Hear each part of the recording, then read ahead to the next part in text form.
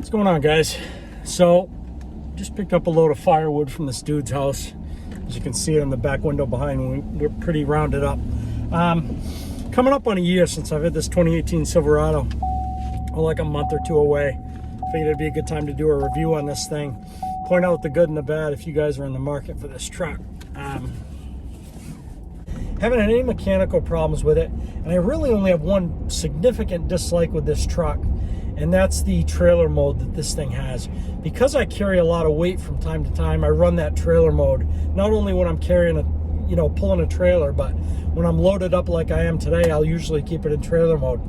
But the problem with that is, if you start descending down a grade, this thing downshifts so abruptly to try to, slow the truck down, slow that weight down, that jars the teeth in your head. And if you go on the forums, a lot of guys complain about that.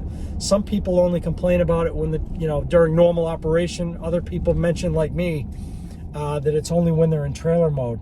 So, sorry, I got a four-way stop sign here. So that's my biggest dislike with this truck. Only one other problem with the truck, and I'll show you in just a second. The heater controls. A couple of the light bulbs for the heater controls are out. These top two bulbs burned out.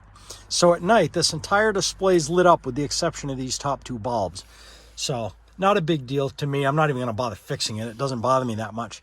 But if it's dark in the cab and everything's lit up, you actually can't see these buttons at all and what they do. So you either need to remember where they are and what does what, or just turn on your interior light. One thing I do like about the Chevys, they handle weight very well. This thing's loaded right up with hardwood now. And, I'm not on the bump stops. There's a lot of weight on here, but it doesn't feel unsafe to drive it. Braking's not an issue. I don't get a lot of front end float or anything like that. So really happy with the way it carries weight. And I tend to haul a lot of wood in this thing. I pull a trailer quite a bit. So as far as it being a workhorse for half ton, I have no issues with it. I checked the mileage on this thing, and my most recent trip is, ice. My most recent trip was 435 miles, averaged 18.7 miles per gallon. And I drive the truck pretty hard. I'm not really easy on the throttle.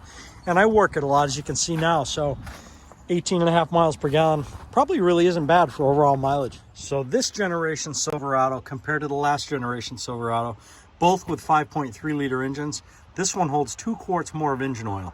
I'm not sure why that is. If somebody knows, please comment down below. I'd be curious.